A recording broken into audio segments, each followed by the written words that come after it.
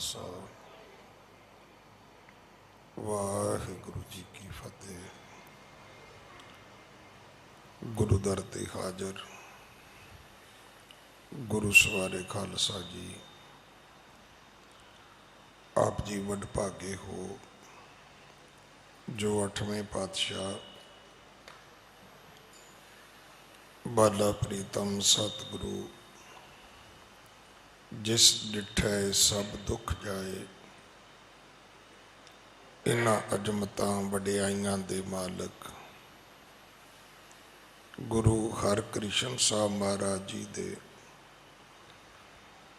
पवित्र चरण छो प्राप्त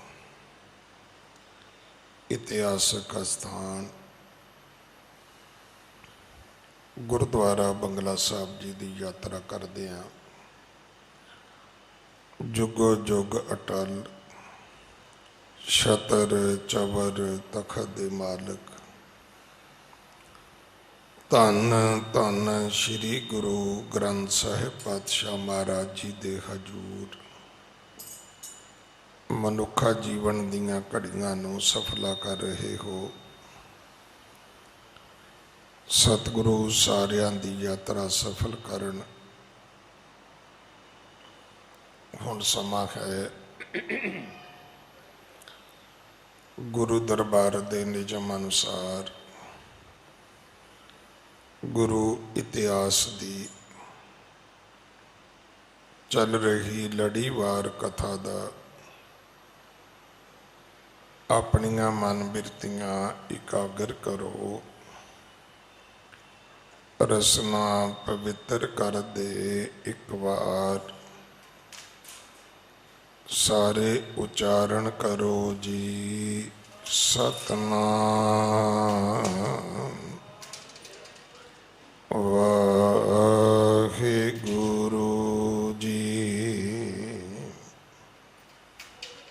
ये इतिहास पहले पातशाह जाहर पीर जगत गुरु कल तारण आए श्री गुरु नानक देव महाराज जी का है। प्रसंग है जगत गुरु गुरु नानक साहब महाराज जगत जलंदे नूं ठारन वास्ते धरत लुकाई नूं सोधन वास्ते जदों पटने तो अगे चले ने तो एक बला रस्ते विच सतगुरां नूं मिलदी है। वो प्रसंग आपां ने कल पूरा सरवण कीता सी।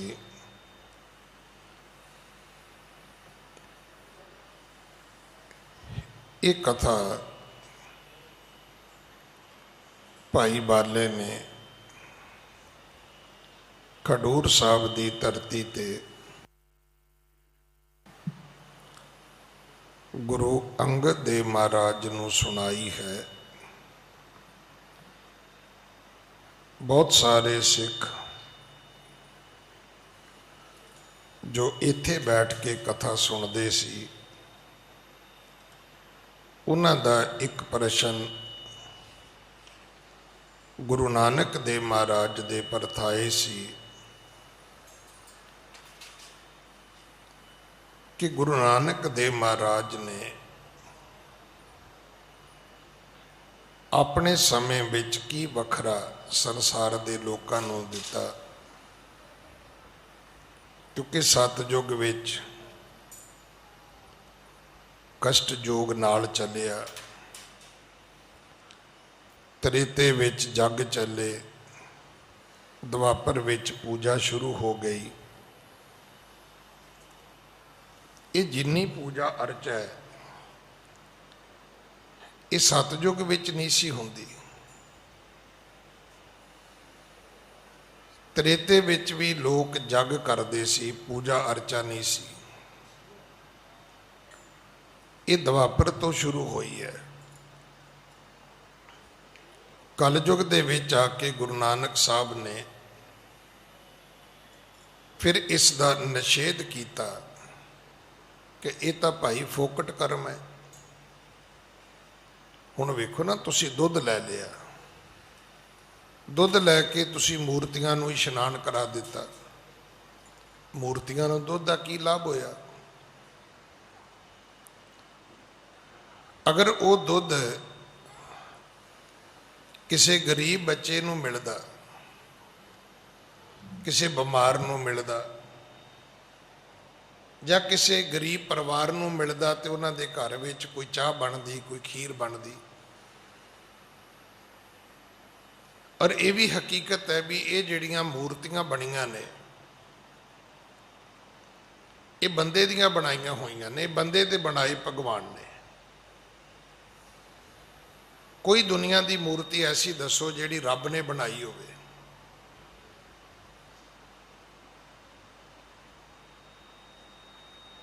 हुण तुसीं ये ना कहना कि नहीं बनाई, रब ने बनाई है। सहस मूरत जिन्ने बंदे ने सारे रब दे बनाए हुए ने। ये जिन्नियां मूर्तियां ने सारियां रब दियां ने। और यही पाठ धर्म की दुनिया का सब तो श्रेष्ठ है। असी थोड़े दिन पहला भी ये कथा सुनी, संत वो है जिदे विच ईर्खा नहीं है, पराई तात नहीं है। हुण जिहड़े 15-15 20 बंदूकां लई फिरदे ने, जो वो कहण जी असी भी संत हाँ, तो जे तुसी संत हो तो नेता कौन होंदे ने?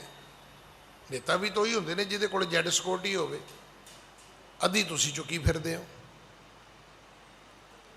तुसी क्यों चुकी है? जां तुहानूं खतरा है, जां तुहाडी दुश्मनी है, जां तुसी भी टशन दे भुखे हो भी 15-20 बंदे इधर उधर तुरन ते लोग पुछण भी ये कौन जा रहा है जी। संत नूं इन्हां चीज़ां दी लोड़ नहीं है।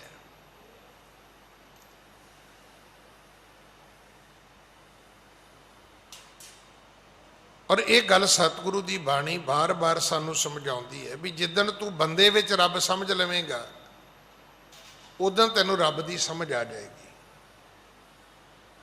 हुण सानू बंदे च तो रब समझ आउंदा नहीं।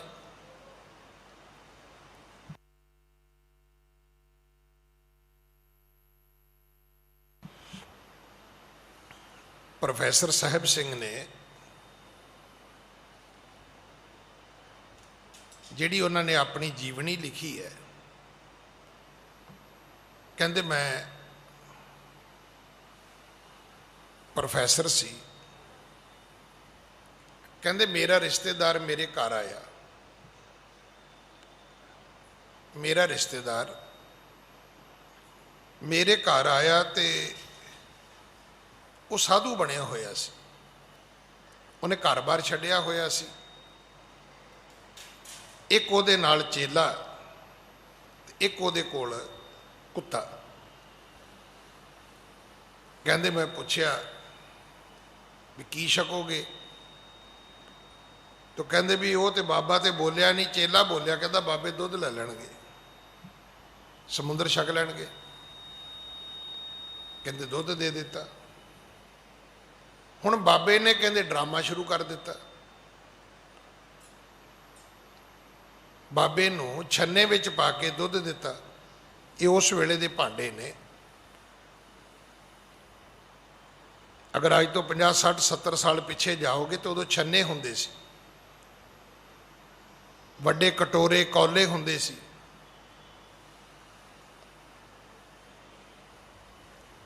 कहते छन्ने च पा के बाबे नूं दुध दिता तो बाबा की करे भी थोड़ा जिहा आप पी लवे तो मुड़ के छन्ना वो थले रख दे तो कुत्ता पीण लग जाए।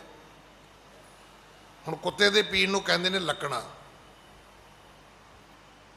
देखो हर चीज़ जिहड़ी है ना, जिवें गावां मੱਝਾਂ ने, गावां मੱਝਾਂ चरदियां ने, बंदा चरदा नहीं है, बंदा खांदा है। जिवें जिवें तुहाडी किरिया बदलेगी उवें उवें उहदे किरिया दे नाम भी बदलते तुरे जाणगे। हुण कुत्ते दे पीण दे ढंग तो ही किहा,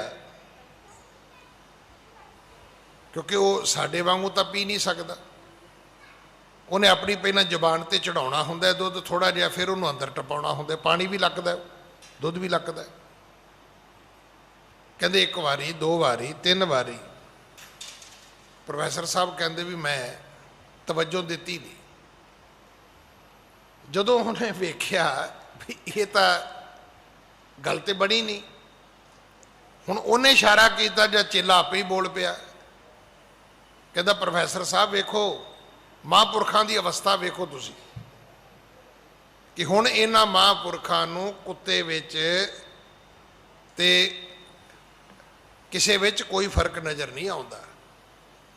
ये तो हुण कुत्ते नूं भी रब दा ही रूप समझदे ने। प्रोफैसर साहब कहते फिर मैनूं गुस्सा आ गया। कहते मैं की वेख्या कि मेरे घर जिहड़ा बाथरूम वगैरह साफ करता सी ना, गरीब आदमी, की कवांगे, जमेदार कवांगे, दूजा अखौती जाति का नाम लवांगे तो कई झगड़ा कर बैठते ने। कहते मैं उन्होंने आवाज़ मारी, मैं क्या उरे आ बई। कहता जी दसो। कहते मैं क्या भी 2 घुट छन्ने चो तू भी पी ला। कहते बस फिर बाबे नूं तो सत्ती कपड़ी अग लगी तो बाबा मेरे घरों बाहर। ये क्यों पीएगा? कहते फिर मैनू कहना पिया बाबा जी ये तो फिर बंदा है, कुत्ते नालों तो चंगा ही है, ये भी 2 घुट सांझे कर लो। अज साडी हालात ये है।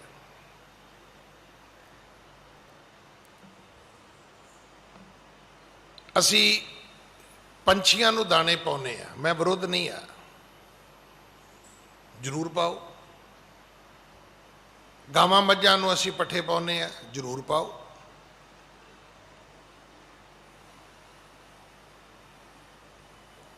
पर दरख्तां नूं जाके असी दुध पाउने आ, बिल्कुल ना पाओ। उन्होंने पानी की लोड़ है, पानी पाओ।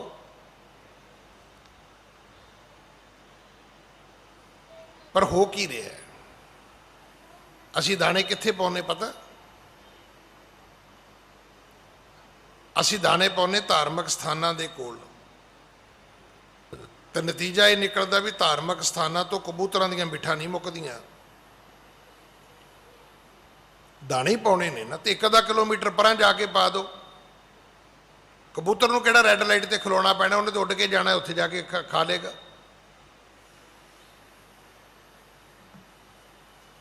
तुसीं इत्थे नोट किया होना बंगला साहब बिठा ही बिठा होंदियां सी। पहला तो बूहे के शीशा लाया, अमूमन तुहानूं नहीं पता लगेगा भी शीशा लगा, प्लेन लाया कि ताकि अंदर कबूतर ना आउण। नहीं तो एक सेवादार इत्थे ना वो कपड़ा लैके फिरदा हुंदा सी, बाहर जालियां वाले दरवाजे लाए। फिर पार्क ते जिहड़े दाने पाउण आउंदे सी कबूतरां नूं, उन्हां नूं हत्थ जोड़े भी भरा जी माफ़ कर दिओ, भी दाने ही पाउणे, हो जाके इंडिया गेट पा दिओ। मैनूं भी पता है कबूतरां ने दाने ही खाने ने, कबूतरां ने कोई मीट मच्छी तो खानी नहीं, पाउणे भी चाहिए ने। पर अकली साहिब सेवी है, अकली पाई है मान, अकली पढ़ के बुझी है, अकली कीचे दान। की जिहड़ी तुहाडे घर दी धन संपत्ति है, वो 2 साल के बच्चे, जिहड़ा 2 साल का बच्चा तुहाडे घर दा मालक नहीं, तुसीं कहोगे जी मालक है, तो फिर दिओ चाबी इहनूं। 18 सालों का बच्चा होवे, तुसीं खुद लाइसेंस बनाउने हो, खुद गड्डी लैके देने हो। जो 12-13 सालों का होवे, उदों ही चाबी दे दिओ ना। बच्चा तो तुहाडा ते गड्डी भी तुहाडी है। देखो सारे टब्बर नूं मारदा कि नहीं मारदा? आप भी मरेगा, सारा टब्बर भी मारेगा।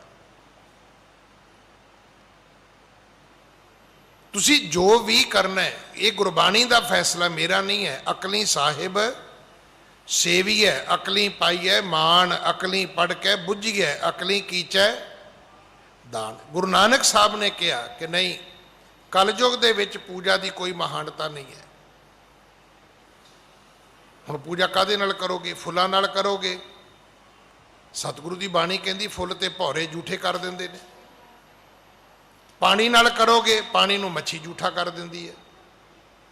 दुध नाल करोगे, दुध नूं वच्छा जूठा कर दिंदा है।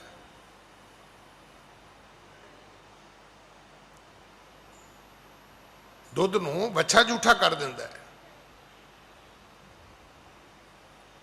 ਆਪ ਜੀ ਨੇ ਬਾਬਾ ਗੁਰਮੁਖ ਸਿੰਘ ਪਟਿਆਲੇ ਵਾਲਿਆਂ ਦਾ ਨਾਂ ਸੁਣਿਆ ਹੋਏਗਾ। ਉਹ ਦੁੱਧ ਨਹੀਂ ਸੀ ਪੀਂਦੇ। ਉਹ ਕਹਿੰਦੇ ਦੁੱਧ ਬੰਦੇ ਵਾਸਤੇ ਨਹੀਂ ਹੈ। ਸ਼ਾਇਦ ਅੱਜ ਤੁਸੀਂ ਵੀ ਸੁਣਿਆ ਹੋਵੇ ਵੀ ਜਿਹੜਾ ਡਰਾਈ ਫਰੂਟ ਹੈ ਤੇ ਦੁੱਧ ਹੈ। ਅੱਧੀ ਦੁਨੀਆ ਜਿਹਨੂੰ ਐਲਰਜੀ ਹੈ ਇਹਨਾਂ ਦੋ ਚੀਜ਼ਾਂ ਤੋਂ। ਕਿਉਂਕਿ ਦੁੱਧ ਦਾ ਸੰਬੰਧ ਕੇਵਲ ਦੁੱਧ ਨਾਲ ਨਹੀਂ ਹੈ। ਦੁੱਧ ਦਾ ਸੰਬੰਧ ਗਾਂ ਮੱਝ ਦੀ ਜਿਹੜੀ ਡਾਈਟ ਹੈ, ਉਹਦੀ ਫੀਡ ਹੈ, ਉਹਦੇ ਜਿਹੜੇ ਪੱਠੇ ਨੇ, ਉਹਦੇ ਖਾਣ ਦੀ ਜਿਹੜੀ ਖੁਰਾਕ ਹੈ, ਉਹਦੇ ਤੇ ਨਿਰਭਰ ਹੈ। ਉਹ ਜਿਹੋ ਜਿਹਾ ਖਾਏਗੀ ਉਹੋ ਜਿਹੀ ਤਸੀਰ ਦੁੱਧ ਦੀ ਹੋਏਗੀ।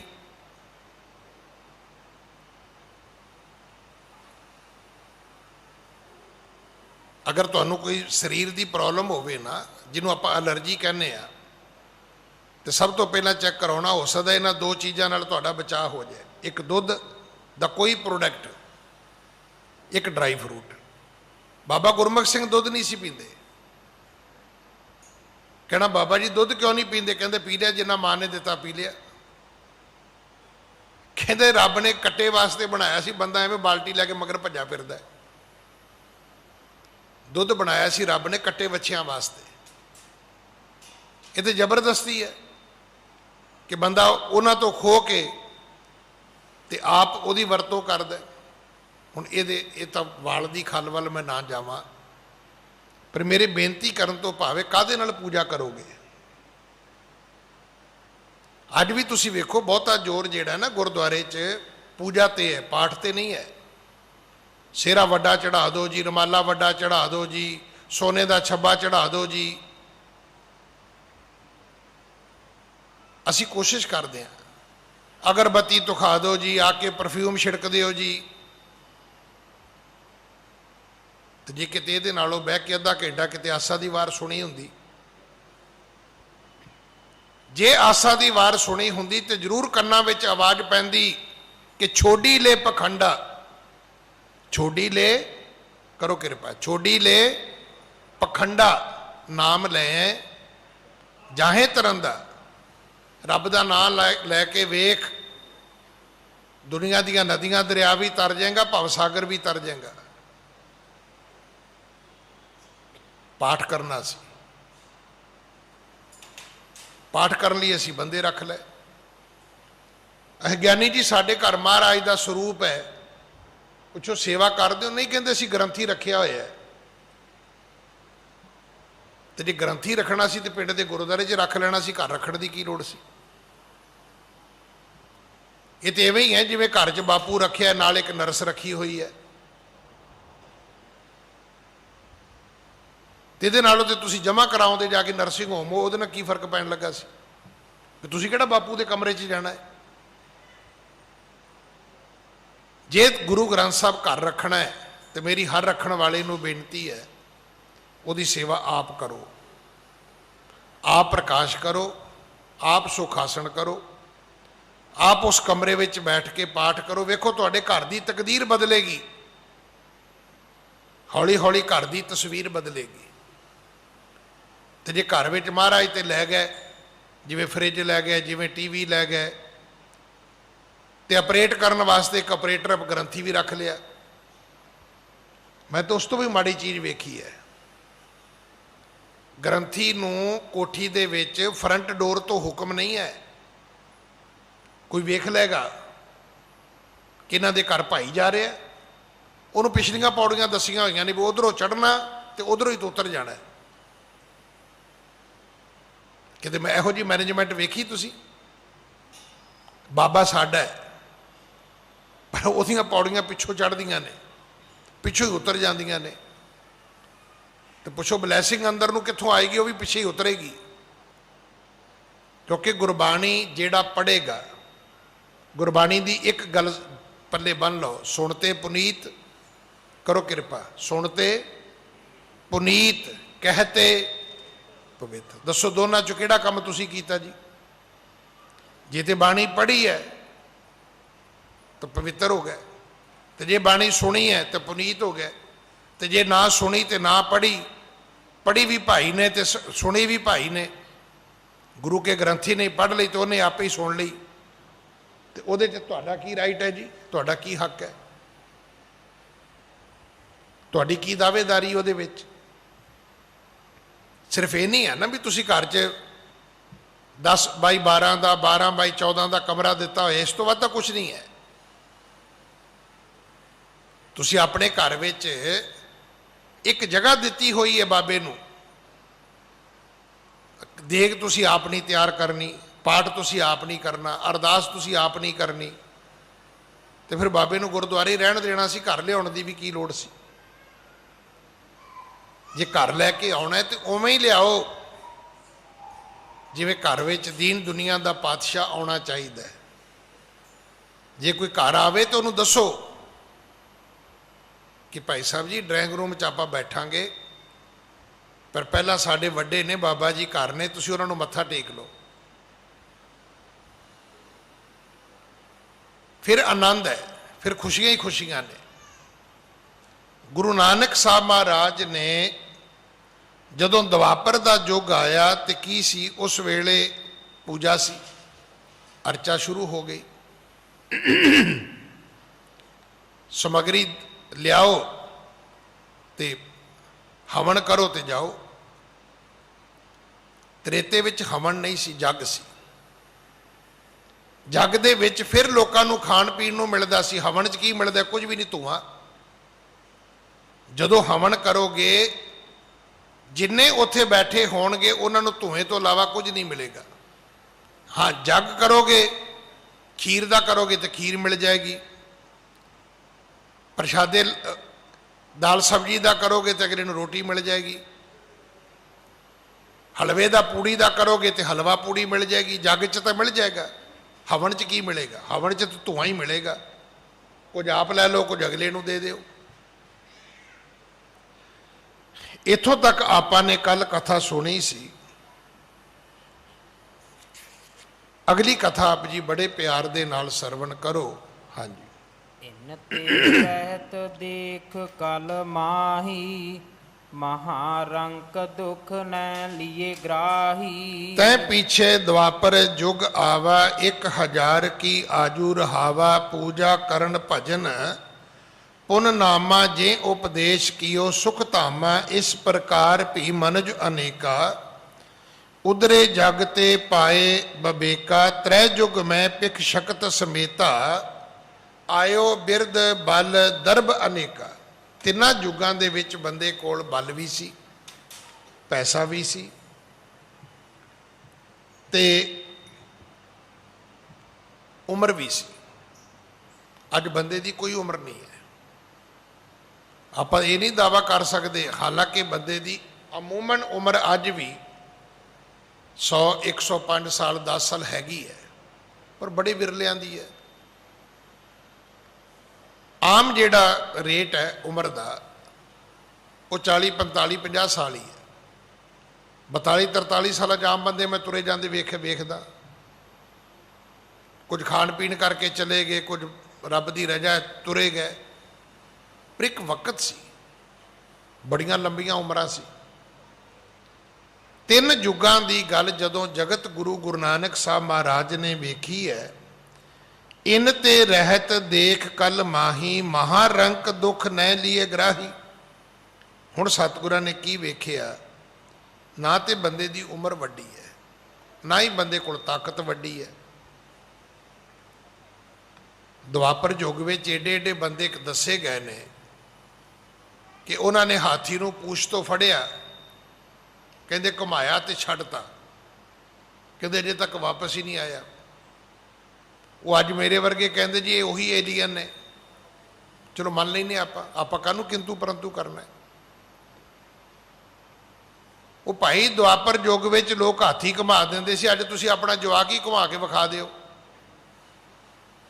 ਮੇਰੇ ਖਿਆਲ 2 ਮਹੀਨੇ ਥੈਰੇਪੀ ਕਰਾਉਣੀ ਪੈਗੀ ਤੁਹਾਨੂੰ ਆਪਣੇ ਲੱਕ ਦੀ।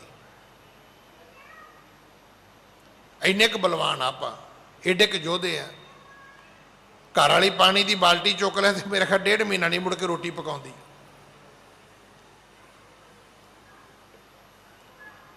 ਸਤਿਗੁਰੂ ਗੁਰੂ ਨਾਨਕ ਸਾਹਿਬ ਨੇ ਵੇਖਿਆ ਕਿ ਹੁਣ ਕਲਯੁੱਗ ਦਾ ਸਮਾਂ ਹੈ।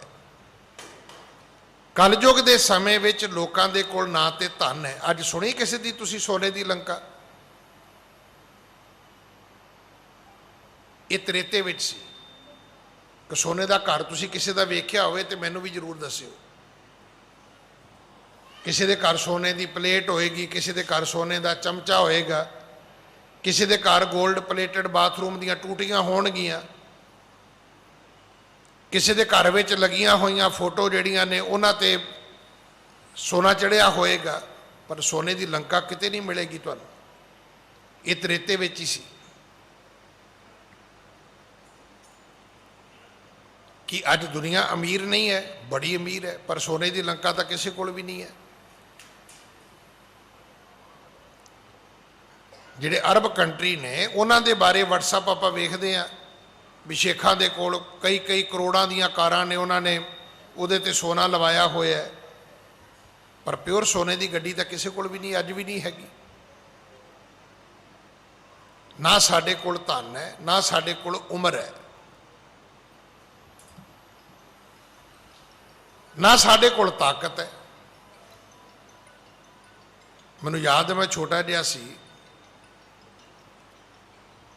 ਤੇ ਸਾਡੇ ਗੁਆਂਢੀਆਂ ਦਾ ਸੀ, ਤਾਇਆ ਹੀ ਕਹਿੰਦੇ ਸੀ ਉਹਨਾਂ ਨੂੰ, ਸ਼ਰੀਕੇ ਚੋਂ ਉਹਨਾਂ ਦਾ ਪੋਤਰਾ ਆਇਆ ਤੇ ਉਹ ਗੱਲਾਂ ਚੱਲ ਪਈਆਂ। ਕਹਿੰਦਾ ਕਾਕਾ ਤੁਸੀਂ ਚਾਹ ਪੀਂਦੇ ਹੋ, ਅਸੀਂ ਲੱਸੀ ਪੀਂਦੇ ਹੁੰਦੇ ਸੀ,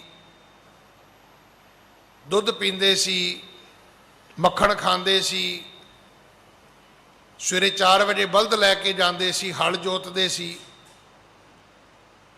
ਉਹ ਸਾਡੇ ਤਾਏ ਦਾ ਪੋਤਰਾ ਵੀ ਹਜ਼ਰਤ ਸੀ, ਕਹਿੰਦਾ ਬਾਪੂ ਗੱਲ ਸੁਣ ਲਾ, ਤੂੰ ਸਵੇਰੇ 8 ਵਜੇ ਤੱਕ, ਜਦੋਂ ਤੱਕ ਬੇਬੇ ਰੋਟੀ ਨਹੀਂ ਸੀ ਲੈ ਕੇ ਆਉਂਦੀ, ਤੂੰ ਕਿੱਲਾ ਜ਼ਮੀਨ ਦਾ ਨਹੀਂ ਸੀ ਵਾਹੁੰਦਾ। ਕਹਿੰਦਾ ਸੀ 7 ਵਜੇ ਉੱਠੀਦਾ, ਚਾਹ ਦਾ ਕੱਪ ਪੀਦਾ, ਉਹਦੇ ਕੋਲ 4 ਟਰੈਕਟਰ ਸੀ ਉਦੋਂ। ਕਹਿੰਦਾ ਖੇਤ ਜਾਈਏ ਤੇ 20 ਮਿੰਟ 'ਚ ਕਿੱਲਾ ਵਾਹ ਦੀਦਾ, ਜਿੰਨੇ ਘੰਟਿਆਂ 'ਚ ਤੂੰ ਅੱਧਾ ਕਿੱਲਾ ਵਾਹੁੰਦਾ ਸੀ ਨਾ, ਕਹਿੰਦਾ ਇੰਨੇ ਘੰਟਿਆਂ 'ਚ ਮੈਂ 10 ਕਿੱਲੇ ਵਾਹ ਦਿੰਦਾ।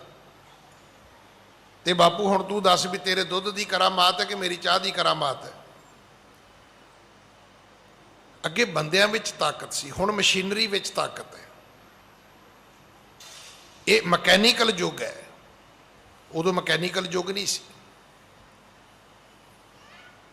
ਸਤਿਗੁਰੂ ਗੁਰੂ ਨਾਨਕ ਸਾਹਿਬ ਨੇ ਜਦੋਂ ਇਹ ਵੇਖਿਆ, ਮਹਾਰੰਕ ਦੁੱਖ ਨੈ ਲੀਏ ਗਰਾਹੀ, ਲੋਕ ਅਤ ਗਰੀਬ ਨੇ, ਤੇ ਰਹਿੰਦੀ ਖੁੰਦੀ ਕਸਰ ਨਿਕਲ ਗਈ ਕਿ ਦੁੱਖਾਂ ਦੇ ਗਰਸੇ ਹੋਏ ਨੇ। ਵੇਖੋ ਕੁਝ ਦੁੱਖ ਜਿਵੇਂ ਕਰੋਨੇ ਦਾ, ਚਲੋ ਇਹ ਤੇ ਕੁਦਰਤ ਵੱਲੋਂ ਆ ਗਿਆ, ਤੇ ਕਿੰਨੇ ਦੁੱਖ ਤੇ ਅਸੀਂ ਆਪ ਸੇੜੇ ਹੋਏ ਨੇ। ਰੋਜ਼ ਉਲਟਾ ਪੁਲਟਾ ਖਾਣਾ ਹੈ, ਇਹਦੇ ਲਈ ਤੇ ਕੁਦਰਤ ਜ਼ਿੰਮੇਵਾਰ ਨਹੀਂ ਹੈ ਨਾ। ਫਿਰ ਬਿਨਾਂ ਕਾਰਨ ਤੋਂ ਈਰਖਾ ਕਰੀ ਜਾਣੀ ਹੈ। ਮੈਂ ਤਾਂ ਬਹੁਤ ਵਾਰੀ ਬੇਨਤੀ ਕੀਤੀ ਹੈ ਵੀ ਉਹ ਟਰੱਕ ਵਾਲੇ ਨੇ ਮਗਰ ਲਿਖਿਆ ਹੁੰਦਾ, ਕਹਿੰਦਾ ਦਿੰਦਾ ਹੈ ਰੱਬ, ਸੜਦੇ ਨੇ ਸਭ, ਪਤਾ ਨਹੀਂ ਕਿਉਂ। ਵੀ ਜੇ ਤੁਹਾਨੂੰ ਦਿੱਤਾ ਤੇ ਰੱਬ ਨੇ ਦਿੱਤਾ, ਮੈਨੂੰ ਦਿੱਤਾ ਤਾਂ ਰੱਬ ਨੇ ਦਿੱਤਾ। ਪਰ ਇੱਥੇ ਤੇ ਹਾਲਾਤ ਹੀ ਇਹ ਨੇ, ਦੂਜੇ ਦੀ ਮਾਇਆ ਹੀ ਗਿਣੀ ਜਾਂਦੇ ਆਪਾਂ। ਇਹਦੇ ਕੋਲ ਇੰਨੇ ਪੈਸੇ ਹੋਣਗੇ, ਇਹ ਇੰਨੇ ਪੈਸੇ ਇਕੱਠੇ ਕਰ ਗਿਆ।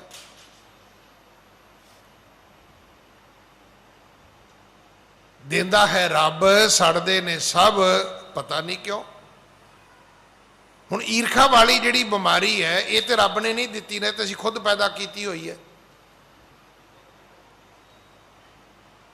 ਸਾਡੇ ਬਜ਼ੁਰਗ ਕਹਿੰਦੇ ਸੀ, ਕਰ ਭਲਾ ਸੋ ਹੋ ਭਲਾ, ਅੰਤ ਭਲੇ ਕਾ ਭਲਾ। ਤੇ ਤੁਸੀਂ ਤੇ ਸਰਬੱਤ ਦਾ ਭਲਾ ਮੰਗਣ ਵਾਲੇ ਹੋ, ਪਰ ਮਜਾਲਗੀ ਤੁਹਾਡੇ ਕੋਲੋਂ ਕੋਈ ਬੰਦਾ ਬਚ ਕੇ ਲੰਘ ਜਾਏ।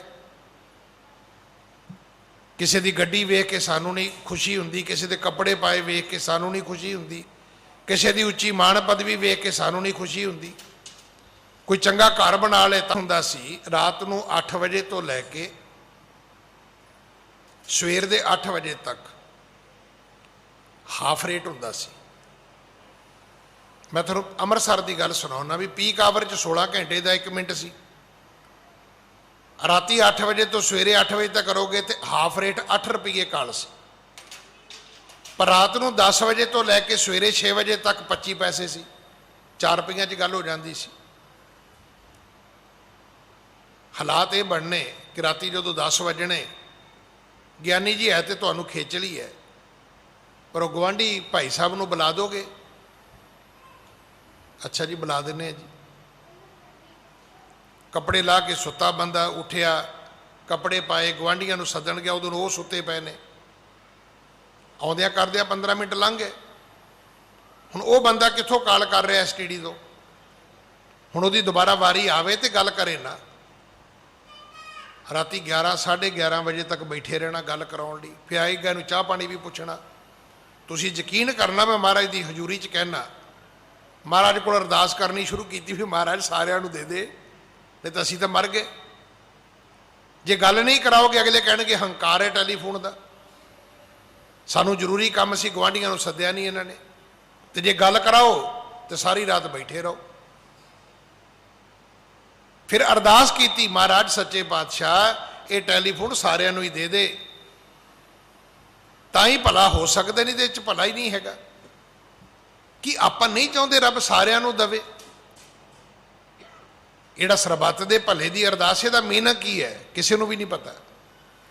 ਜੇ ਰੱਬ ਨੇ ਤੁਹਾਨੂੰ ਕੱਲਿਆਂ ਨੂੰ ਗੱਡੀ ਦਿੱਤੀ ਹੈ ਤੇ ਚੇਤਾ ਰੱਖਣਾ, ਕਲੋਨੀ 'ਚ ਕਿਸੇ ਨੂੰ ਵੀ ਤਕਲੀਫ ਹੋਏਗੀ ਤਾਂ ਅਗਲੇ ਤੁਹਾਨੂੰ ਕਹਿਣਗੇ ਭਾਈ ਜੀ ਗੱਡੀ ਕੱਢਿਓ ਬਾਹਰ।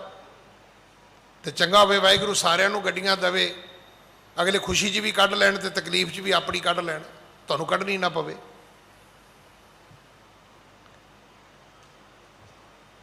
ਮੈਂ ਫਿਰ ਬੇਨਤੀ ਕਰਾਂ, ਕਰੋਨੇ ਦਾ ਦੁੱਖ ਰੱਬ ਨੇ ਦਿੱਤਾ ਹੈ, ਪਰ ਇਹਦੇ 'ਚ 99 ਦੁੱਖ ਅਸੀਂ ਜਿਹੜੇ ਖੁਦ ਸੇੜੇ ਹੋਏ ਨੇ। ਨਾ ਸਾਨੂੰ ਕੋਈ ਖਾਂਦਾ ਚੰਗਾ ਲੱਗਦਾ, ਨਾ ਕੋਈ ਪਹਿਣ ਦਾ ਚੰਗਾ ਲੱਗਦਾ, ਨਾ ਕੋਈ ਗੱਡੀ 'ਚ ਤੁਰਿਆ ਜਾਂਦਾ ਚੰਗਾ ਲੱਗਦਾ, ਨਾ ਸਾਨੂੰ ਕਿਸੇ ਦਾ ਬੱਚਾ ਪੜ੍ਹਦਾ ਚੰਗਾ ਲੱਗਦਾ, ਨਾ ਕਿਸੇ ਦੀ ਮਾਣ ਪਦਵੀ ਚੰਗੀ ਲੱਗਦੀ ਹੈ। ਸਾਨੂੰ ਤਾਂ ਇਹ ਵੀ ਈਰਖਾ ਵੀ ਇਹਦੀ ਇੱਜ਼ਤ ਕਿਉਂ, ਮੇਰੀ ਤਾਂ ਹੈ ਨਹੀਂ, ਇਹ ਬੜੀ ਈਰਖਾ, ਇਹਦੀ ਇੱਜ਼ਤ ਕਿਉਂ ਹੈ। ਅਸੀਂ 24 ਘੰਟੇ ਇਹ ਸੋਚਦੇ ਵੀ ਇਹਦੀ ਬੇਇੱਜ਼ਤੀ, ਜਦੋਂ ਅਗਲੇ ਦੀ ਬੇਇੱਜ਼ਤੀ ਹੁੰਦੀ ਹੈ ਸਾਨੂੰ ਮੁੰਡੇ ਜੰਮੇ ਜਿੰਨੀ ਖੁਸ਼ੀ ਹੁੰਦੀ। ਅੱਜ ਇਹਦੀ ਬੇਇੱਜ਼ਤੀ ਹੋਈ ਹੈ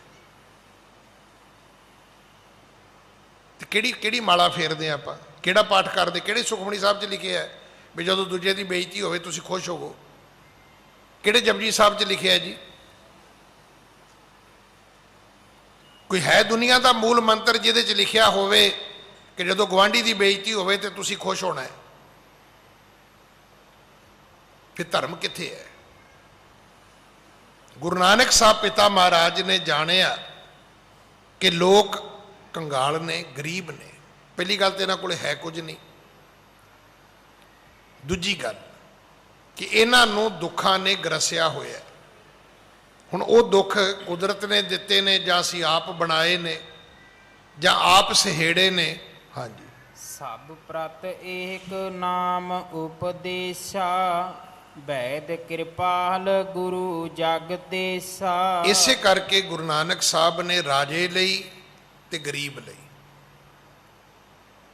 ਰਾਜਾ ਹੋਵੇ, ਰੰਕ ਹੋਵੇ, ਭਾਵੇਂ ਰਾਜਾ ਹੋਵੇ ਭਾਵੇਂ ਕੰਗਾਲ ਹੋਵੇ, ਅਮੀਰ ਹੋਵੇ ਗਰੀਬ ਹੋਵੇ, ਤੰਦਰੁਸਤ ਹੋਵੇ ਬਿਮਾਰ ਹੋਵੇ, ਸਭ ਵਾਸਤੇ ਇੱਕੋ ਹੀ ਉਪਦੇਸ਼ ਹੈ ਕਿ ਜਪੋ ਤਾਂ ਏਕੋ ਨਾਮਾ, ਅਵਰ ਨਿਰਾਫਲ ਕਾਮਾ।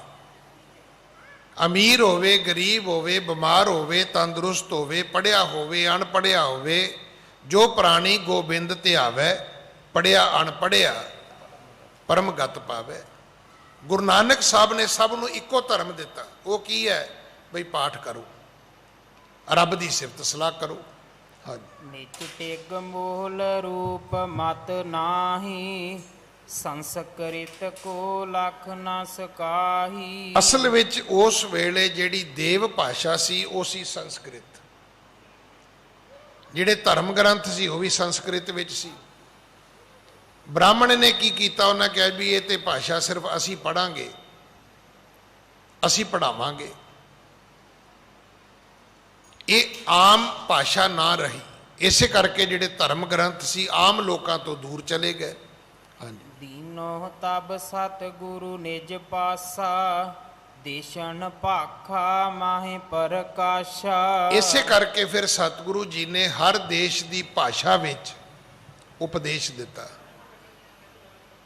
ਵੇਖੋ, ਇਹ ਬਹੁਤ ਵੱਡਾ ਕੁਐਸਚਨ ਹੈ ਕਿ ਗੁਰੂ ਨਾਨਕ ਸਾਹਿਬ ਨੇ 9 ਖੰਡ ਪ੍ਰਿਥਵੀ ਦਾ 4 ਚੱਕਾਂ ਦਾ ਭਰਮਣ ਕੀਤਾ। ਗੁਰੂ ਸਾਹਿਬ ਨੂੰ ਕਿੰਨੀਆਂ ਲੈਂਗੁਏਜ ਆਉਂਦੀਆਂ ਹੋਣਗੀਆਂ ਜੀ? ਅੱਜ ਤੁਸੀਂ ਤਾਮਿਲਨਾਡੂ ਜਾਓ ਤੇ ਮੇਰੇ ਵਰਗੇ ਬੰਦੇ ਦੀ ਤਾਂ ਉੱਥੇ ਥਾਂ ਹੀ ਕੋਈ ਨਹੀਂ ਹੈ। ਨਾ ਉਹ ਪੰਜਾਬੀ ਸਮਝਣ, ਨਾ ਉਹ ਹਿੰਦੀ ਬੋਲਣ। ਅੰਗਰੇਜ਼ੀ ਆਉਂਦੀ ਤੇ ਚਲੇ ਜਾਓ, ਨਹੀਂ ਤੇ ਬੈਠੇ ਰਹੋ। ਉਹ ਤਾਂ ਬੋਲਦੇ ਹੀ ਨਹੀਂ ਬੰਦੇ ਨਾਲ।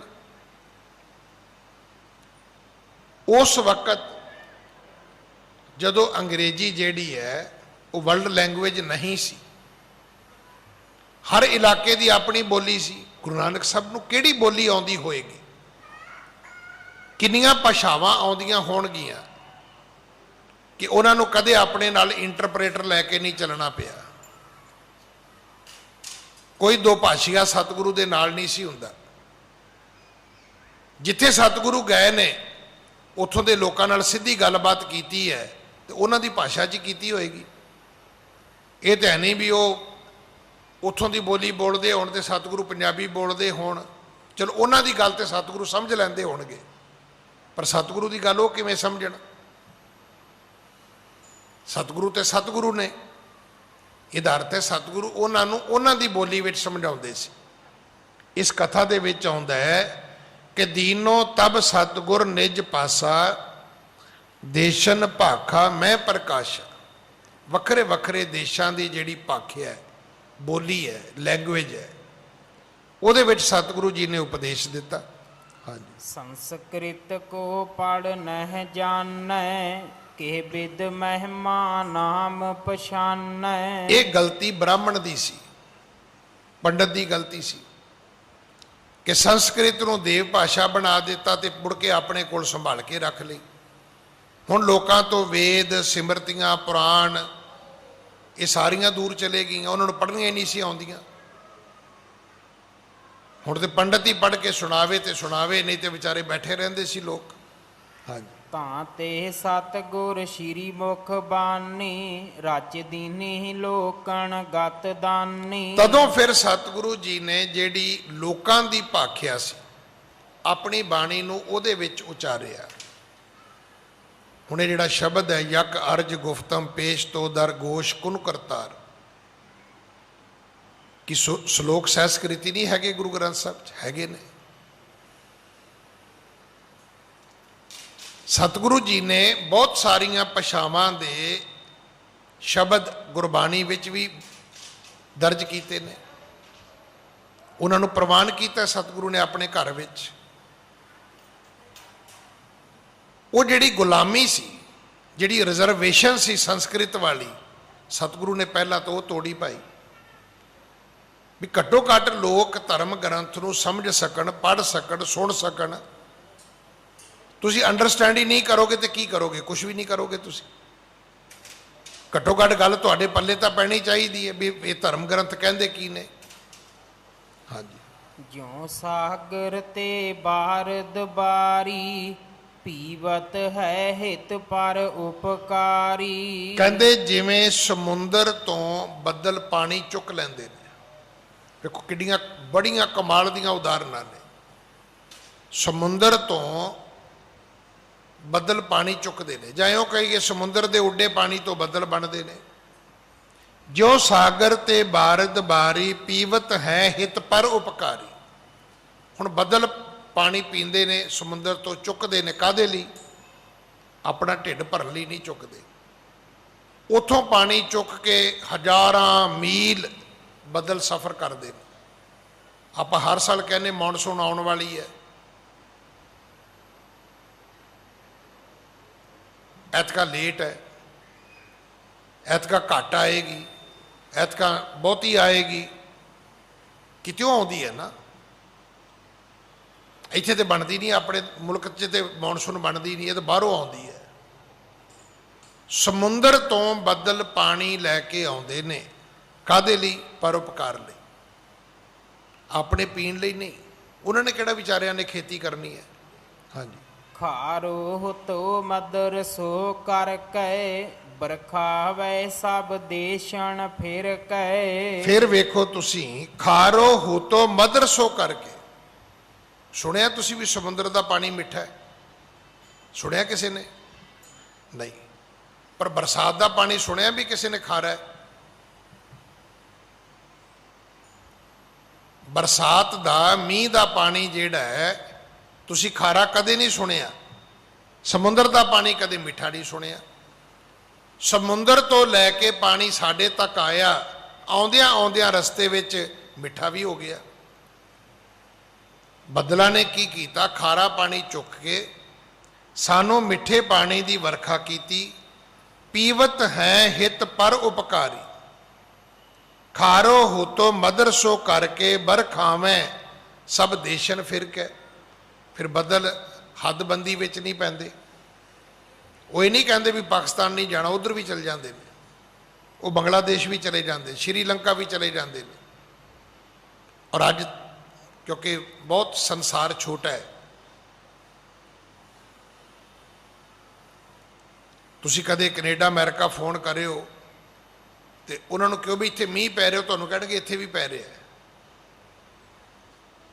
ਮੇਰੇ ਬੱਚੇ ਪਰਿਵਾਰ ਉੱਥੇ ਰਹਿੰਦਾ, ਕਈ ਵਾਰੀ ਇਸ ਤਰ੍ਹਾਂ ਹੋਇਆ। ਮੈਂ ਕਿਹਾ ਪੁੱਤ ਇੱਥੇ ਤੇ ਮੀਂਹ ਪੈਂਦਾ, ਕਹਿੰਦਾ ਪਾਪਾ ਇੱਥੇ ਵੀ ਪਈ ਜਾਂਦਾ। ਇਹਨਾਂ ਬੱਦਲਾਂ ਨੇ ਹੱਦਾਂ ਨਹੀਂ ਬਣਾਈਆਂ।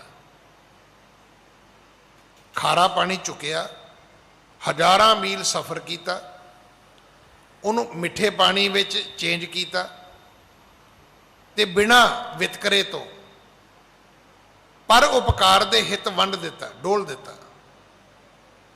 ਤੁਹਾਨੂੰ ਪਤਾ ਇੰਗਲੈਂਡ 'ਚ 2-4 ਦਿਨ ਮੀਂਹ ਨਾ ਪਵੇ ਤੇ ਪਾਣੀ ਦੀ ਸ਼ਾਰਟੇਜ ਹੋ ਜਾਂਦੀ ਹੈ, ਕਿਉਂਕਿ ਉੱਥੇ ਪਾਣੀ ਬਾਕੀ ਸਮੁੰਦਰ ਹੈ। ਉੱਥੇ ਬਰਸਾਤ ਦਾ ਪਾਣੀ ਸਟੋਰੇਜ ਕਰਕੇ ਉਹੀ ਪਾਣੀ ਪੀਣ ਵਾਸਤੇ ਵਰਤਦੇ ਨੇ। ਤੇ ਜੇ ਕੁਦਰਤ ਆਪਣਾ ਸਿਸਟਮ ਅੱਗੇ ਪਿੱਛੇ ਕਰ ਦੇਵੇ, ਦੁਨੀਆ ਦਾ ਬਣੇਗਾ ਕੀ। ਹਾਂਜੀ, ਜੀਵ ਜੰਤ ਤਬ ਹੀ ਸੁਖ ਪਾਹੀ, ਸੰਕਟ ਆਪਣੋ ਦੇਹ ਨਸਾਹੀ। ਫਿਰ ਦੁਨੀਆ ਦੇ ਵਿੱਚ ਮੀਂਹ ਪਿਆ, ਪਰਮੇਸ਼ਰ ਪਾਇਆ, ਜੀ ਜੰਤ ਸਭ ਸੁਖੀ ਵਸਾਇਆ। ਜਦੋਂ ਮੀਂਹ ਪੈਂਦਾ ਉਦੋਂ ਜੀਵ ਜਨਤਾ ਨੂੰ ਸੁੱਖ ਮਿਲਦਾ। ਸੰਕਟ ਆਪਣੋ ਦੇ ਨਸਾਹੀ, ਸਭ ਦੁਨੀਆ ਦੇ ਸੰਕਟ ਜਿਹੜੇ ਨੇ ਬੱਦਲ ਵਰਖਾ ਲੈ ਕੇ ਆਉਂਦੇ ਨੇ ਤੇ ਮਿਟਾ ਦਿੰਦੇ ਨੇ, ਕੱਟ ਦਿੰਦੇ ਨੇ। ਹਾਂਜੀ, ਤਿਉ ਜੋ ਬੇਦ ਪੁਰਾਣ ਮਹਾਨਾ, ਹੈ ਅਪਾਰ ਸੇ ਸਿੰਧ ਸਮਾਨਾ। ਹੁਣ ਕਈ ਲੋਕ ਇਸ ਗੱਲ ਦੀ ਬੜੀ ਜਿਰਿਆ ਕਰਦੇ ਨੇ, ਬੜੇ ਸਿੰਘ ਫਸਾਉਂਦੇ ਨੇ। ਉਹ ਜੀ ਜੋ ਗੁਰਬਾਣੀ 'ਚ ਲਿਖਿਆ ਜੀ, ਉਪਨਿਸ਼ਦਾਂ ਵਿੱਚ ਵੀ ਹੈਗਾ ਜੀ, ਵੇਦਾਂ 'ਚ ਵੀ ਹੈਗਾ ਜੀ, ਕੁਰਾਨ ਵਿੱਚ ਵੀ ਹੈਗਾ ਜੀ, ਬਾਈਬਲ ਵਿੱਚ ਵੀ ਹੈਗਾ ਜੀ, ਤੁਰੇਤ ਵਿੱਚ ਵੀ ਹੈਗਾ ਜੀ, ਜੰਬੂਰ ਵਿੱਚ ਵੀ ਹੈਗਾ ਜੀ। ਭਾਈ ਜ਼ਰੂਰ ਹੋਏਗਾ, ਕਿਉਂ ਨਹੀਂ ਹੋਏਗਾ? ਆਪਾਂ ਕਿਉਂ ਇੰਨੀ ਸੰਕੀਰਣਤਾ ਕਰਦੇ ਹਾਂ? ਆਪਾਂ ਕਿਉਂ ਕਹਿਣਾ ਚਾਹੁੰਦੇ ਵੀ ਸਾਰਾ ਕੁਝ ਸਾਡੇ ਕੋਲ ਹੀ ਹੈ ਜੀ, ਬਾਕੀ ਕਿਸੇ ਕੋਲ ਕੁਝ ਹੈ ਹੀ ਨਹੀਂ ਹੈ? ਆਪਾਂ ਕਿਉਂ ਇਦਾਂ ਕਰਦੇ ਹਾਂ? ਮੈਂ ਆਪ ਜੀ ਨੂੰ ਬੇਨਤੀ ਕਰਾਂ, ਜਿੱਦਣ ਕਿਤੇ ਥੋੜਾ ਜਿਹਾ ਆਪਣਾ ਵਿਜ਼ਨ ਖੋਲੋਗੇ, ਤੁਸੀਂ ਪਰੇਸ਼ਾਨ ਹੋ ਜਾਓਗੇ ਕਿ ਇੰਨੀ ਚੰਗੀ ਦੁਨੀਆ ਵੀ ਧਰਤੀ ਤੇ ਹੈਗੀ ਹੈ।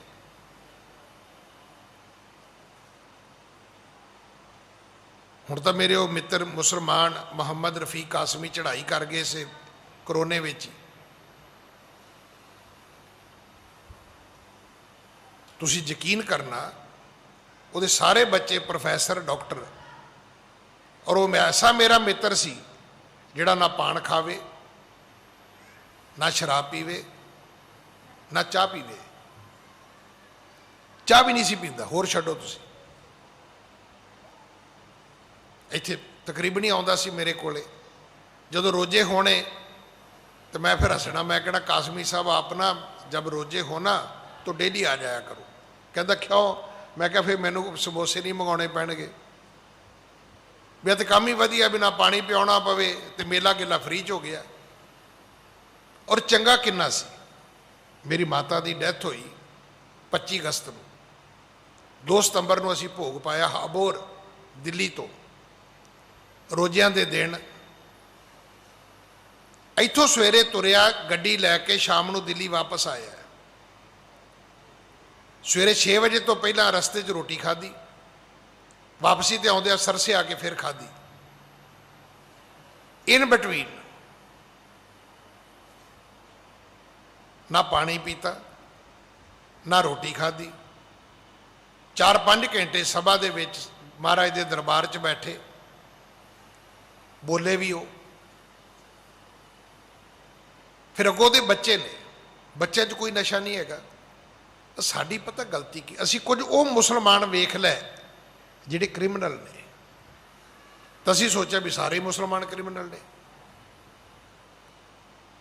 ਤੁਸੀਂ ਬੰਬੇ ਚਲੇ ਜਾਓ, ਸਾਡੀ ਵੀ ਹਾਲਤ ਇਹ ਹੈ। ਤੁਸੀਂ ਉੱਥੇ ਜਾ ਕੇ ਕਹੋ ਮੈਂ ਸ਼ਰਾਬ ਨਹੀਂ ਪੀਂਦਾ, ਉਹ ਕਹਿਣਗੇ ਕਾਹਦਾ ਸਰਦਾਰ ਹੈ ਤੂੰ ਬਈ, ਕਿਉਂਕਿ ਸਾਡੇ ਸਰਦਾਰਾਂ ਨੇ ਪੀ ਪੀ ਕੇ ਸਾਬਤ ਹੀ ਇਹ ਕਰ ਦਿੱਤਾ ਹੈ ਵੀ ਸਰਦਾਰ ਹੈ ਹੀ ਉਹ ਜਿਹੜਾ ਸ਼ਰਾਬ ਪੀਵੇ। ਨਹੀਂ, ਸ਼ਰਾਬ ਸਰਦਾਰ ਵਾਸਤੇ ਵੀ ਹਰਾਮ ਹੈ, ਅਸੀਂ ਨਹੀਂ ਪੀ ਸਕਦੇ। ਪਰ ਤੁਸੀਂ ਕਹੋ ਕਿ ਛੱਡਦਾ ਕੌਣ ਹੈ, ਤੇ ਕੀ ਆਪਾਂ ਕਹੀਏ ਵੀ ਸਾਰੇ ਸਿੱਖ ਸ਼ਰਾਬੀ ਹੁੰਦੇ ਨੇ? ਸਵਾਲ ਹੀ ਨਹੀਂ ਪੈਦਾ ਹੁੰਦਾ।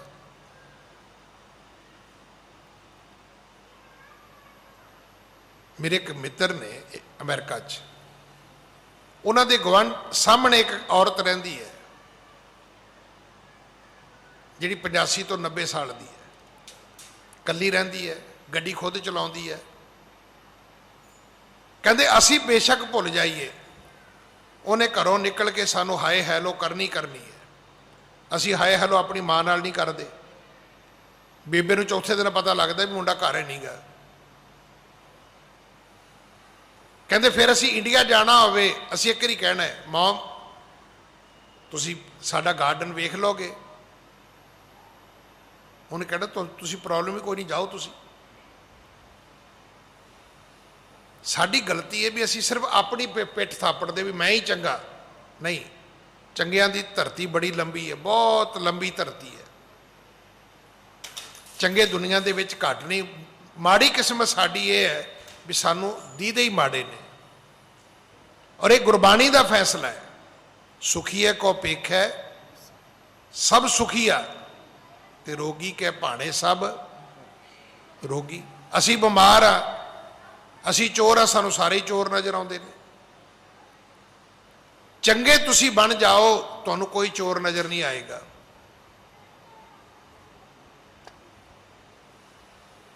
ਤੁਸੀਂ ਸੁਖੀ ਹੋ।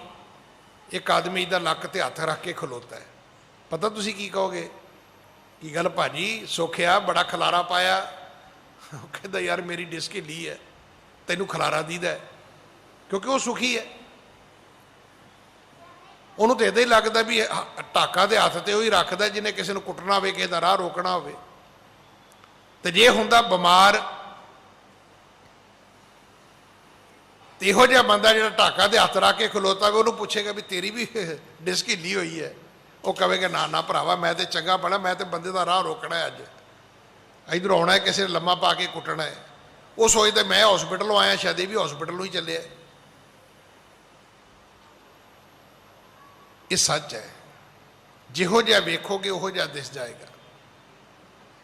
ਅਗਰ ਮੈਂ ਤੁਹਾਨੂੰ ਆਪਣਾ ਭਰਾ ਵੇਖਾਂਗਾ ਤਾਂ ਸੱਚੀ ਮੈਨੂੰ ਤੁਸੀਂ ਭਰਾ ਨਜ਼ਰ ਆਓਗੇ। ਪਰ ਜਦੋਂ ਮੈਂ ਵੇਖਣ ਲੱਗੇ ਸੋਚਾਂ ਵੀ ਇਹ ਤੇ ਮੇਰਾ ਦੁਸ਼ਮਣ ਹੈ, ਤੇ ਉਹਦੇ ਵਿੱਚੋਂ ਤੁਹਾਨੂੰ ਰੱਬ ਨਜ਼ਰ ਨਹੀਂ ਆਏਗਾ, ਫਿਰ ਦੁਸ਼ਮਣ ਹੀ ਨਜ਼ਰ ਆਏਗਾ। ਬੱਦਲਾਂ ਦਾ ਇਹ ਪਰਉਪਕਾਰ ਹੈ, ਖਾਰੇ ਪਾਣੀ ਨੂੰ ਮਿੱਠਾ ਬਣਾਇਆ, ਦੇਸ਼ਾਂ ਦੀਆਂ ਹੱਦਾਂ ਤੋੜੀਆਂ, ਦੁਨੀਆ ਨੂੰ ਜਾ ਕੇ ਸੁੱਖ ਦਿੱਤਾ ਹੈ। ਮੀਂਹ ਪਿਆ, ਪਰਮੇਸ਼ਰ ਪਾਇਆ, ਜੀ ਜੰਤ ਸਭ ਸੁਖੀ ਵਸਾਇਆ। ਗੁਰੂ ਨਾਨਕ ਸਾਹਿਬ ਨੇ ਕਿਰਪਾ ਕੀਤੀ। ਜਿੰਨੇ ਦੁਨੀਆ ਦੇ ਧਰਮ ਗ੍ਰੰਥ ਸੀ, ਜਿੰਨੇ ਦੁਨੀਆ ਦੇ ਧਰਮ ਸੀ, ਜੇ ਉਹਨਾਂ ਵਿੱਚ ਕੁਝ ਖਾਰਾਪਣ ਵੀ ਸੀ ਉਹ ਵੀ ਚੁੱਕ ਲਿਆ।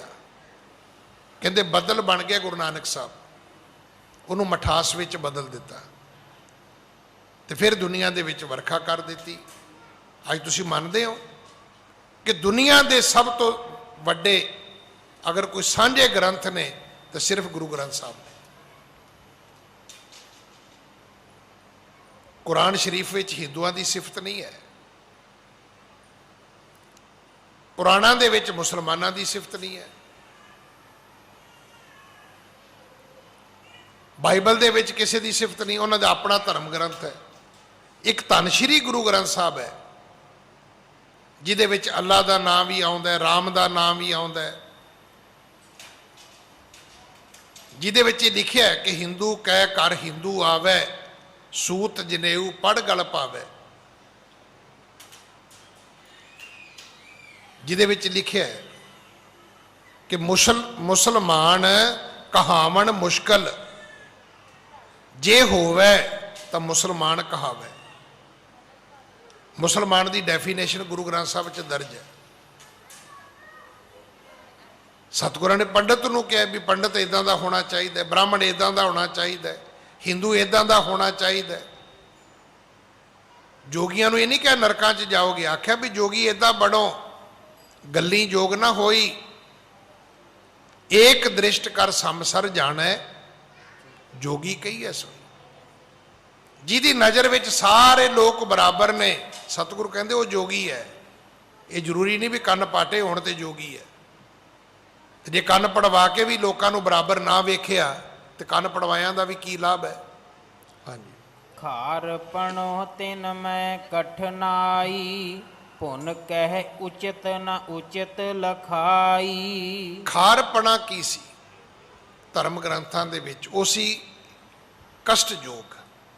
ਜਿਵੇਂ ਇਸਲਾਮ ਦੇ ਵਿੱਚ ਕੀ ਹੈ ਕਿ ਰੋਜ਼ੇ ਰੱਖੋ ਜੀ, ਮਹੀਨਾ ਖਾਣਾ ਹੀ ਕੁਝ ਨਹੀਂ। ਸਤਿਗੁਰੂ ਨੇ ਕੀ ਕਿਹਾ? ਸਤਿਗੁਰੂ ਨੇ ਕਿਹਾ ਵੀ ਥੋੜਾ ਸੌਵੇਂ ਥੋੜਾ ਹੀ ਖਾਵੇ।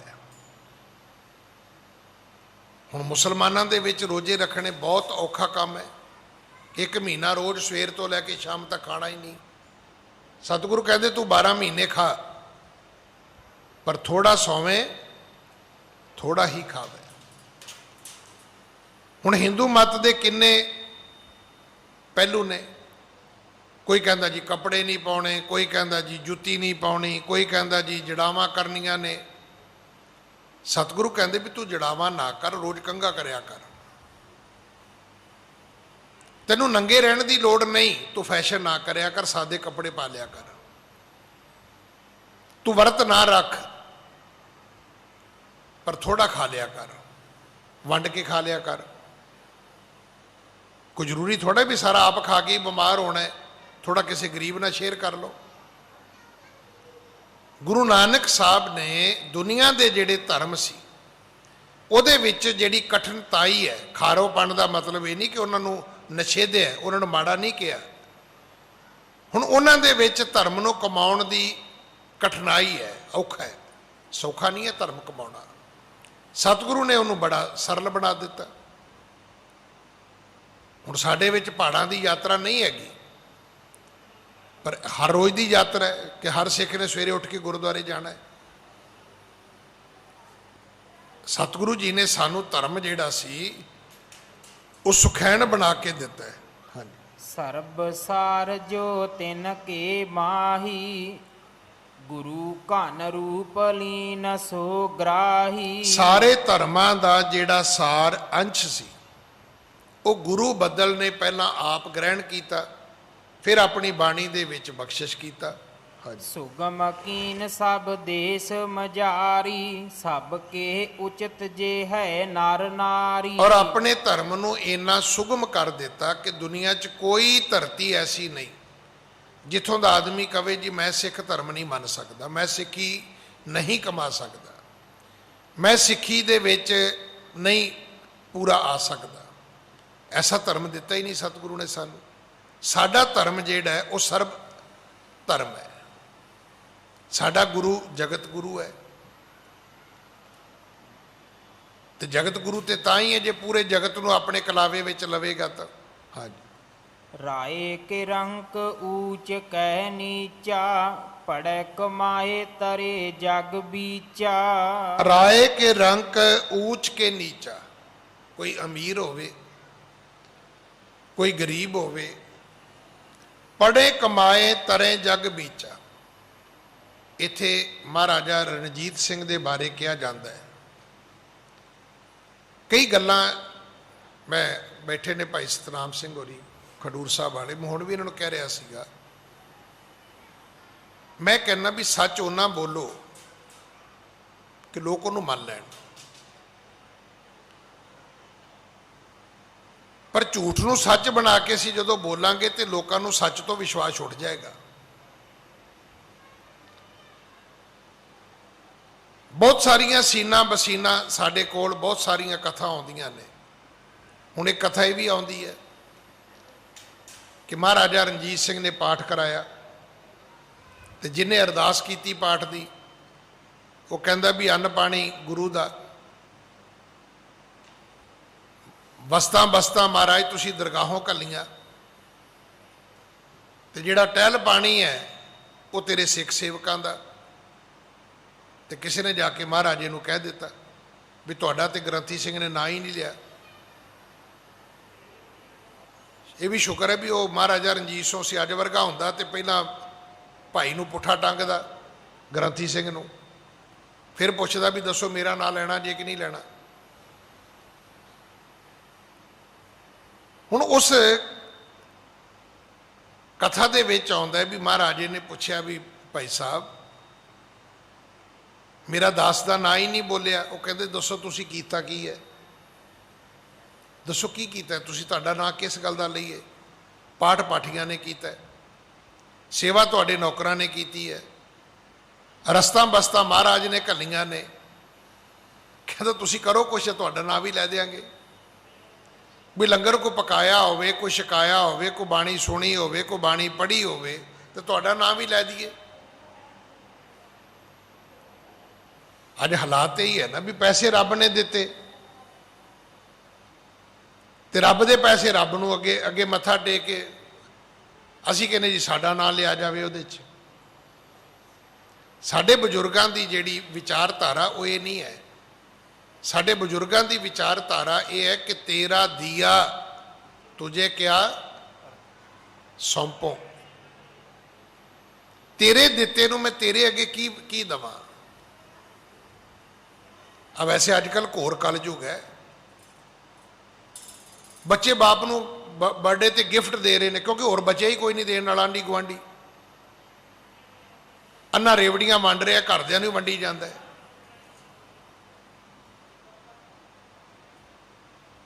ਮੈਨੂੰ ਕਈਆਂ ਨੇ ਪੁੱਛਿਆ ਤੁਹਾਡੀ ਮੈਰਿਜ ਐਨਵਰਸਰੀ ਹੈ ਜੀ, ਕੀ ਦੇ ਰਹੇ ਹੋ ਤੁਸੀਂ ਭੈਣ ਜੀ ਨੂੰ ਜੀ।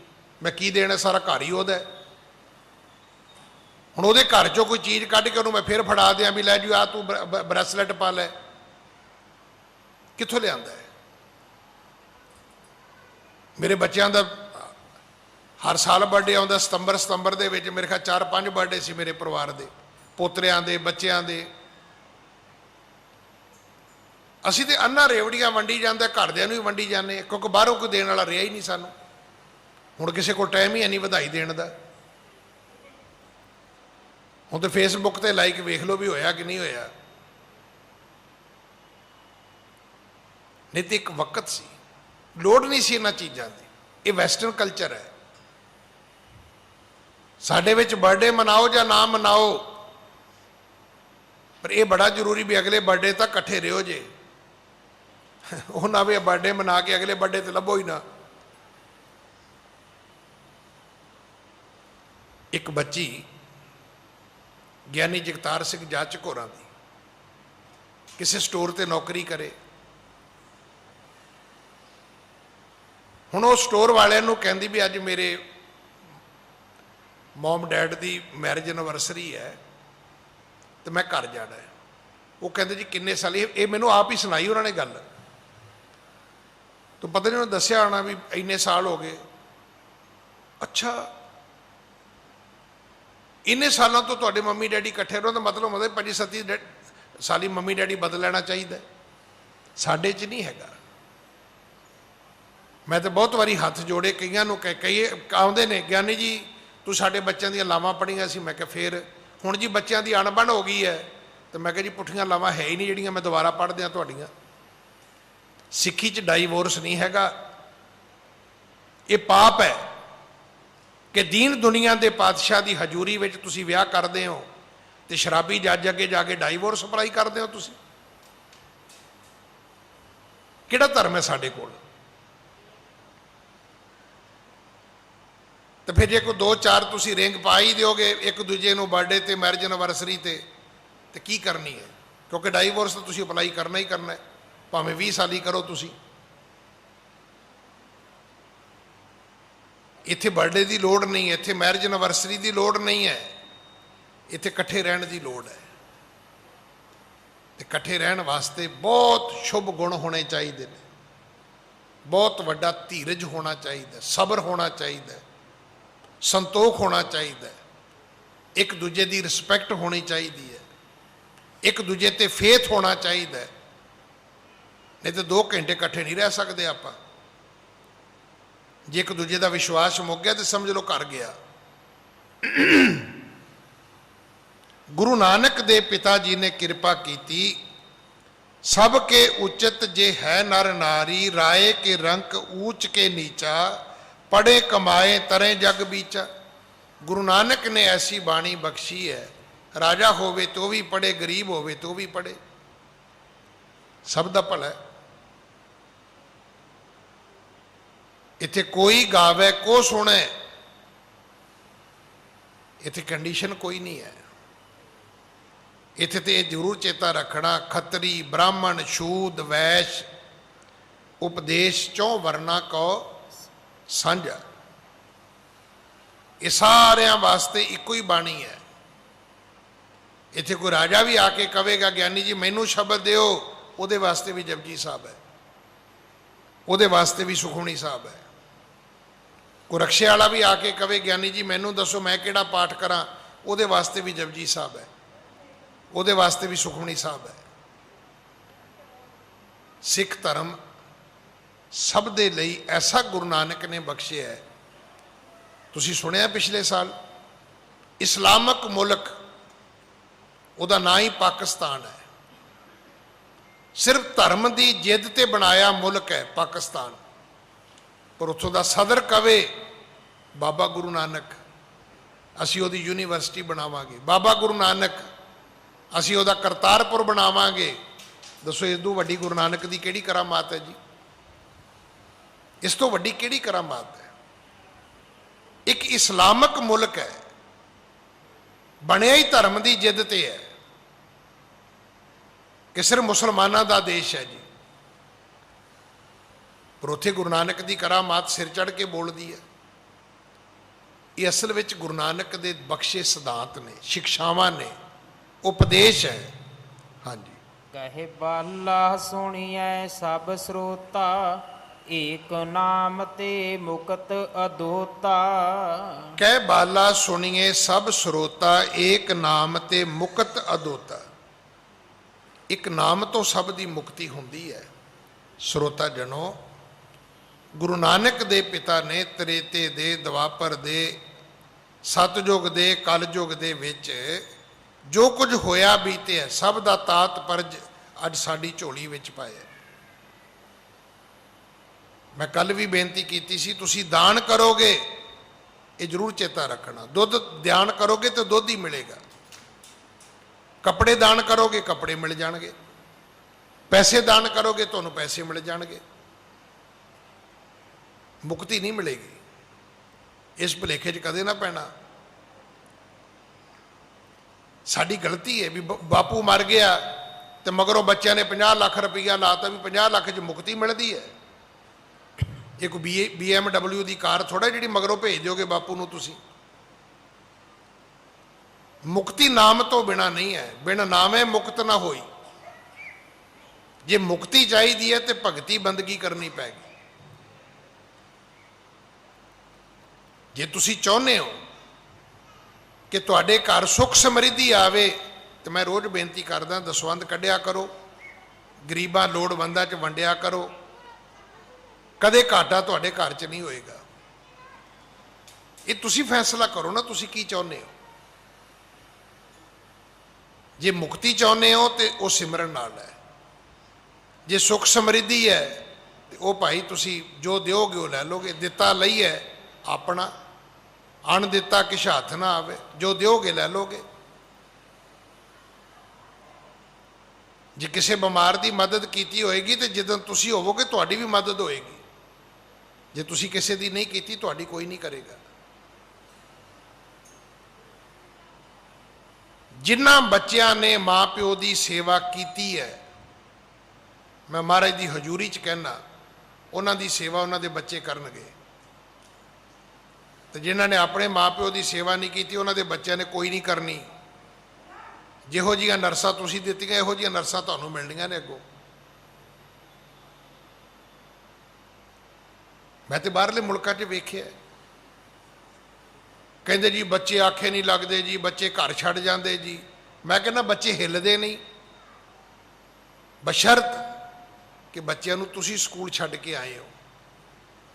ਬਸ਼ਰਤ ਕਿ ਬੱਚਿਆਂ ਨੂੰ ਸਕੂਲ ਜਦੋਂ ਛੁੱਟੀ ਹੋਈ ਤੇ ਤੁਸੀਂ ਬਾਹਰ ਖਲੋਤੇ ਸੀ ਗੱਡੀ ਲੈ ਕੇ। ਮਜਾਲ ਕੀ ਬੱਚਾ ਤੁਹਾਡੇ ਤੋਂ ਬਾਹਰ ਚਲਾ ਜਾਏ, ਕਿਵੇਂ ਚਲੇ ਜਾਏਗਾ ਜੀ?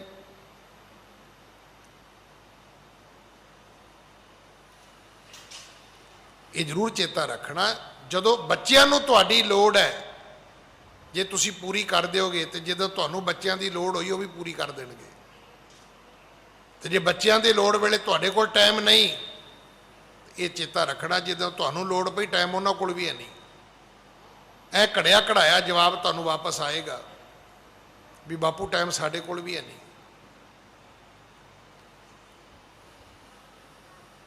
ਸਤਿਗੁਰੂ ਗੁਰੂ ਨਾਨਕ ਸਾਹਿਬ ਪਿਤਾ ਮਹਾਰਾਜ ਨੇ ਕੀ ਕਿਰਪਾ ਕੀਤੀ, ਸਾਰੇ ਧਰਮਾਂ ਦਾ ਨਿਚੋੜ ਸਾਡੀ ਝੋਲੀ ਵਿੱਚ ਪਾਇਆ। ਕਿੰਨਾ ਸੌਖਾ ਧਰਮ ਹੈ। ਸਵੇਰੇ ਉਠੋ, ਨਾਮ ਜਪੋ, ਕੰਮ ਕਰੋ, ਹੱਸੋ ਖੇਡੋ, ਖਾਓ ਪੀਓ, ਭਲਾਈ ਕਰੋ, ਭਲਾਈ ਸੋਚੋ। ਦੂਸਰੇ 'ਚ ਬੁਰਾ ਕੀ? ਕਿਤੇ ਵੀ ਇੱਕ ਸ਼ਬਦ ਕੋਈ ਬੁਰਾ ਤੁਹਾਨੂੰ ਲੱਗਾ ਕੋਈ ਇਹਦੇ 'ਚ? ਲੋੜ ਹੀ ਨਹੀਂ, ਹੈ ਹੀ ਨਹੀਂ। ਨਾ ਘਰ ਛੱਡਣ ਦੀ ਲੋੜ ਹੈ, ਨਾ ਰੋਟੀ ਛੱਡਣ ਦੀ ਲੋੜ ਹੈ, ਨਾ ਕੱਪੜੇ ਛੱਡਣ ਦੀ ਲੋੜ ਹੈ।